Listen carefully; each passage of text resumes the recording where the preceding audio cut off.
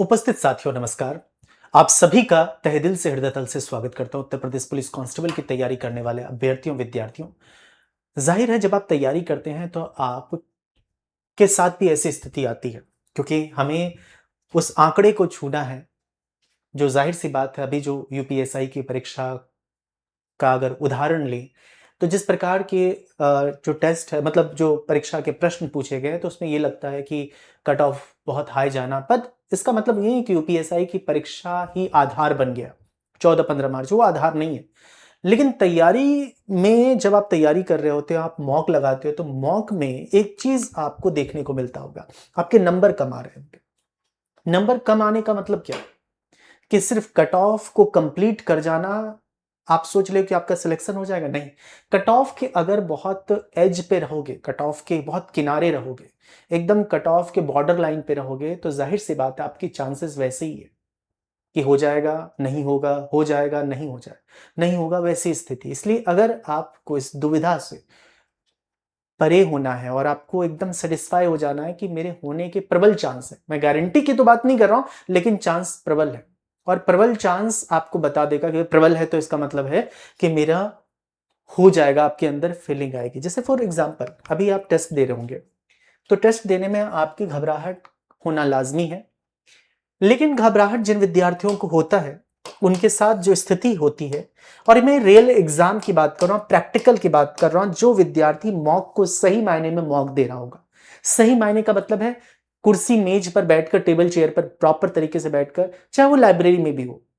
ऐसा नहीं कि लाइब्रेरी में शोर हो रहा हो, जाहिर सी बात है सब शांत है, अपने अपने मेज पर टेबल पे बैठ के, सब टेबल और चेयर पे बैठ के अपना पढ़ाई कर रहा है, कोई मॉक दे रहा है, कोई कुछ भी कर रहा है, कोई वीडियो लेक्चर देख रहा है ईयरफोन लगाकर, ये सारी चीजें करते हैं। मैं मॉक के आधार पे बात कर रहा हूं। जब भी आप मॉक देते हैं और आपके साथ आप ये देखते हो कि आप स्कोर को देखते हो, केवल स्कोर को देख लिया और आपको लगा कि अरे बहुत कम नंबर आ रहे हैं, कैसे होगा, फिर आप एकदम अपने अंदर, आपके अंदर आत्मविश्वास की कमी आ गई। लेकिन सवाल यह है, शांत दिमाग से कभी आप इसको एनालिसिस करा, जो एनालिसिस है कि मिस्टेक देखना जरूरी है, आपको अपनी वीकनेस पे काम करना जरूरी है कि जीएस में हमारे नंबर 20-22 हो रहे हैं तो क्यों, उसका आपको डीप एनालिसिस तो करना पड़ेगा। क्यों जीएस में कहां दिक्कत है, सबसे पहली बात कहां दिक्कत है, कहां पढ़ाई करा है, जो टीचर ने पढ़ाया है उससे कितना अलग है। मैं मानता हूं कि जीएस एक ऐसा विषय है कि जिसमें आप 100% नहीं कर सकते, इसमें कोई दो राय नहीं है। हो सकता है कि उसमें से लाखों में एक हो, अपवाद की बात नहीं कर रहा हूं, लेकिन मैं सामान्यतः बात कर रहा हूं, नहीं कर सकता। अब सवाल है कि उस चीज को देखना जरूरी है। या हिंदी में कम कहां पढ़ा, क्या है, क्या सोर्सेज हैं, क्या बहुत ज्यादा सोर्सेज हैं। यह भी एक बहुत बड़ा ड्रॉबैक है कि आपके पास सोर्सेज बहुत है, क्योंकि आज के समय में सोर्स की कमी नहीं है। कोई टेलीग्राम पे पीडीएफ डाल रहा है, कोई यूट्यूब की क्लास का पीडीएफ है, कोई अलग पीडीएफ है, कोई फ्री पीडीएफ बांट रहा है, कोई गिव अवे कर रहा है, कोई किताब दे रहा है, कोई कॉपी प्लाट दिखाना, इस तरह की बातें, कोई फ्री लेक्चर है, कोई यूट्यूब पे बुला रहा है, कोई यहां वहां।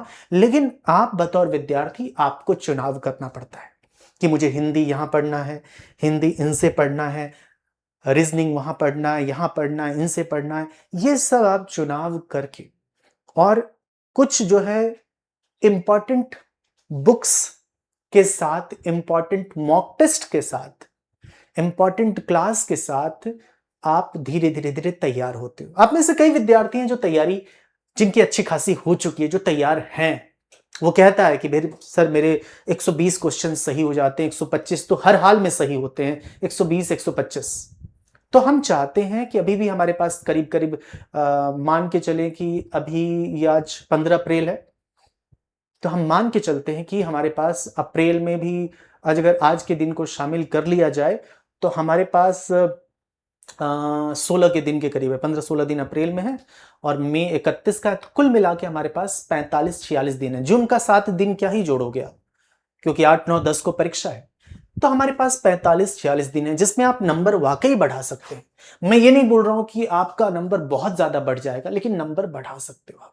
मतलब नंबर ऑफ क्वेश्चंस कम से कम 10 से 20 क्वेश्चंस आप बढ़ा सकते हो, बढ़ाया जा सकता है। इतना इजाफा किया जा सकता है।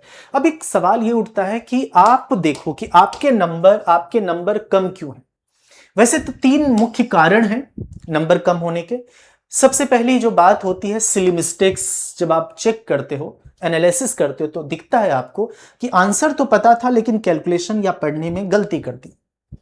एक आपके साथ ये होता होगा, या ये नहीं तो ये होता होगा, कंसेप्ट क्लियर नहीं है। लेकिन ज्यादातर के साथ ये होता है, देखा गया है, कंसेप्ट क्लियर नहीं। जिनका कॉन्सेप्ट क्लियर नहीं है, टॉपिक को देखो, मतलब जैसे मान लिया जाए कि आपको मालूम ही नहीं है।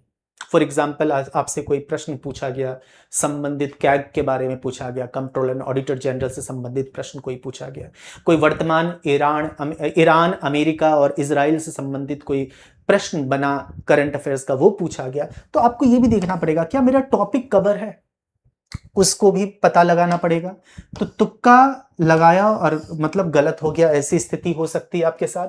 हालांकि नेगेटिव मार्किंग नहीं है, आप 150 के 150 प्रश्न कर सकते हैं, इसमें कोई दो राय नहीं है, बट आप कोशिश करिए। 150 तो सब करेगा, ऐसा नहीं है, मंद से मंद विद्यार्थी भी 150 करेगा, और प्रवीण से प्रवीण विद्यार्थी भी 150 करेगा, 150 सब करेगा। सवाल है जो प्रवीण विद्यार्थी है वो 150 में से 130, 125 इतना सही कर जाएगा, और यही हमें चाहिए कि 250 प्लस हो जाए।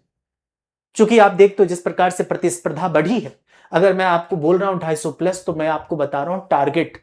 मैं कट ऑफ की बात क्यों करूंगा, आप ही बता दो क्यों करूंगा कट ऑफ की बात। कट ऑफ, आप विगत वर्ष का कट ऑफ देख लो। क्या आप चाहते हो कि कट ऑफ के करीब रहना?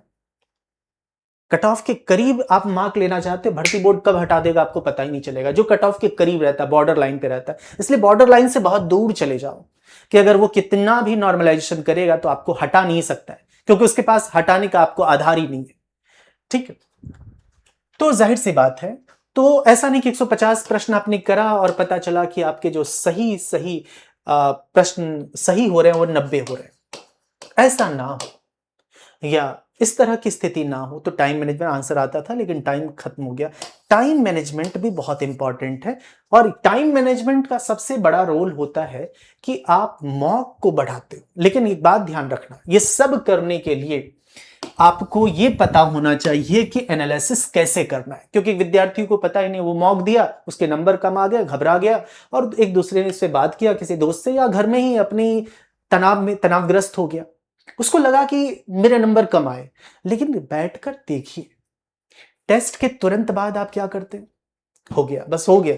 टेस्ट के तुरंत बाद थोड़ा, मैं मानता हूं कि आपने रिगरसली उस 2 घंटे में एकाग्र होके खून पसीना बहा के वो 120 मिनट उस डिसिप्लिन के साथ, उस एकाग्रता के साथ आपने 2 घंटे टेस्ट दिया, तो जाहिर सी बात है आप थकोगे। 2 घंटे बाद आपको थकान हुई, और उसके बाद आपने देखा, चेक किया, आपके नंबर कम है, तो घबराना नहीं है। 30 मिनट का ब्रेक आप ले लो, दिमाग शांत कर लीजिए, लेकिन ध्यान रहिए, उसके बाद आपको एनालिसिस करना है, सॉल्यूशन जो की है उसको देखना है, और ये देखना है कि किस किस प्रश्न में, ठीक है, ओवरऑल स्कोर को तो आप इग्नोर कर दो, ओवरऑल क्या स्कोर रहा। उसके बाद आपको देखना है कि हर गलत और छोड़े गए सवाल, ये इंपॉर्टेंट है, गलत और छोड़े गए सवाल को 3 कैटेगरीज में आप बांट दो। 3 कैटेगरीज में आप क्या करो, बांट दो 3 कैटेगरीज में, सिली, कंसेप्ट और टाइमिंग वाला। एक तो हो गया कि आपने छोड़ दिया, एक हो गया कि आपको मालूम ही नहीं था वो टॉपिक के बारे में, वो कंसेप्चुअल बात हो गई, या कंसेप्चुअल मिस्टेक आपने कर दी। और एक हो गया सिली मिस्टेक्स, जानते थे, मालूम भी था, टाइमिंग भी थी, लेकिन गलती हो गई, जल्दबाजी कहो, जो भी कहो, पढ़ने में कहो, ए की जगह बी टिक कर दिया, बी की जगह सी कर दिया, इत्यादि है। तो ये है एनालिसिस का पार्ट। और जब आप ये कर लो कि आपको कंसेप्चुअल प्रॉब्लम है, दिक्कत है, आपको जीएस में दिक्कत, आपको हिंदी के साहित्य में दिक्कत है, किसी सेक्शन में दिक्कत है, तो ये चार्ट बनाना जरूरी है। और मैं अक्सर आपसे कहता हूं कि 3 चीजों का चार्ट जरूर बनाइए। आप 4 सेक्शन आपके पास, हिंदी, गणित, रीजनिंग और सामान्य अध्ययन। सिलेबस आपके पास होना चाहिए, चारों विषयों का सिलेबस है। सिलेबस के बाद आप टिक करो कि रीजनिंग में आपके कौन कौन से टॉपिक कंप्लीट है, कौन इनकम्प्लीट है और कौन नॉट कंप्लीटेड।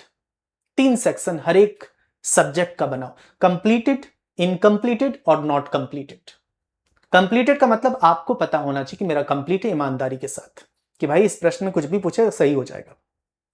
कुछ भी पूछे का मतलब नहीं कि उल जलूल पूछे, कुछ भी पूछे का मतलब होता है एग्जाम के अनुरूप। ये मतलब होता है, हर चीज का एक आधार होता है, एक मतलब होता है मित्र, है ना। तो फिर एक नॉट कंप्लीटेड, फिर इनकम्प्लीटेड, इन तीनों का लिस्ट बना लीजिए आप। उसके आधार पे आप बस इतना देखो कि कुछ छूट तो नहीं रहा है। रीजनिंग में, मैथ्स में, हिंदी में सामान्य अध्ययन, सामान्य अध्ययन बहुत क्रूस, मतलब आप कह सकते हैं बहुत टिपिकल है, उसको आपको ठीक करने की ज्यादा जरूरत है, उस पर एफर्ट लगाने की जरूरत है। मैं इस बात से अग्री करता हूं। इसलिए उपस्थित साथियों, आपको लिस्ट बनाना जरूरी है कि ज्योग्राफी आपने पढ़ा ही नहीं है क्या, भूगोल आपने पढ़ा ही नहीं, ये लिस्ट बना। भूगोल में क्या दिक्कत आ रही, कौन से सेक्शन में, क्योंकि एक बड़ा एक व्यापक सेक्शन है सामान्य अध्ययन का। ये बहुत जरूरी है। 3 चीजें करिए आप। समय है आपके पास। अब क्या है कि ये एनालिसिस है कि सिली मिस्टेक्स में आपको, अगर आपको लग रहा है कि मेरे उसी सवाल में है, तो हालांकि आप कर सकते हैं इसको, थोड़ा प्रैक्टिस। 50 तो बहुत ज्यादा लिख दिया है कि आप 50 नहीं, थोड़ा सिली मिस्टेक्स में थोड़ा भी आप अभ्यास कर लेंगे ना, 10-15 प्रश्न भी कर लोगे तो आपका काम बन जाएगा। ठीक है। कंसेप्ट का गैप है तो एक बार मॉक टेस्ट, मतलब अगर आपको कंसेप्चुअल दिक्कत है तो मैं आपसे ये कहूंगा, अगर आपको ये कंसेप्चुअल दिक्कत है कि तो आप थोड़ा मॉक टेस्ट देना थोड़े दिन के लिए रोक दे। जैसे आप मान लीजिए अल्टरनेट डेज पे देते हो या रोज दे रहे हो, कुछ विद्यार्थी जैसे डेली भी देते, तो मैं आपसे यही कहूंगा कि मॉक टेस्ट मेरे ख्याल से कि डेली के बजाय यह है कि 3-4 दिन मॉक दो, क्योंकि बीच में दिन भी रखना चाहिए आपको। हालांकि एनालिसिस का उसी समय होना चाहिए कि आपने टेस्ट दिया, टेस्ट के बाद आधे घंटे रेस्ट लेके उसके बाद आपने एनालिसिस करना शुरू कर दिया कि कहां गलती हुई, तो ठीक है। लेकिन आप डेली वही विद्यार्थी दे सकता है जिसका मार्क्स स्टेबल है, दो बीच में सप्ताह में 5 दिन दे दो, कोई दिक्कत नहीं। लेकिन जो विद्यार्थी का मार्क्स फ्लक्चुएट कर रहा है तो उनको क्या करना चाहिए, उनको मॉक अल्टरनेट डेज पे देना चाहिए, सप्ताह में 3 बार देना चाहिए। मॉक टेस्ट देना रोक दीजिएगा अगर आपको चैप्टर और उसका वीडियो क्लास या नोट्स को दोबारा पढ़ने की जरूरत है, ये काम आपको करना है। ठीक है। अगर टाइम की कमी है तो सिंपल सी बात है, सेक्शनल टेस्ट देने का प्रयास करो। आपको लगता है कि मेरा जो है मैथ्स वाले सेक्शन में ज्यादा ज्यादा समय लग रहा है, तो सेक्शनल टेस्ट दो मैथ्स का, सप्ताह में 1-2 बार सेक्शनल टेस्ट दे दो आप। बाकी सबसे इंपॉर्टेंट होता है फुल लेंथ मॉक टेस्ट देना, उसी में प्रॉपर टाइम का आपको मैनेजमेंट प्रबंधन आप कर सकते हो।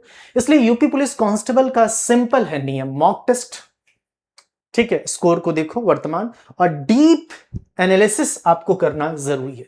अगर आपने डीप एनालिसिस कर लिया तो आपका काम बन जाएगा, लिटरली बता रहा हूं, आपका काम बन जाएगा, आपका सिलेक्शन होने से कोई नहीं रोक सकता। ये डीप एनालिसिस विद्यार्थी नहीं करते हैं, इसलिए नहीं करते हैं, उनको लगता है एक तो नंबर कम आया तो घबरा जाता है। ठीक है। इसीलिए डीप एनालिसिस करना जरूरी है, खास तौर पे उन विद्यार्थियों के लिए जिनके नंबर कम आ रहे हैं। वो विद्यार्थी क्या ही डीप एनालिसिस करेगा जिनके नंबर हमेशा ठीक ठाक आते हैं, बढ़िया नंबर आता है। इसीलिए मैं पुनः कहता हूं कि हमारा जो टारगेट है वो 250 प्लस का हमें करना है, कोशिश करनी है। ये टारगेट की बात कर रहा हूं, कभी विद्यार्थी इसको कट ऑफ ना समझ ले, ठीक है।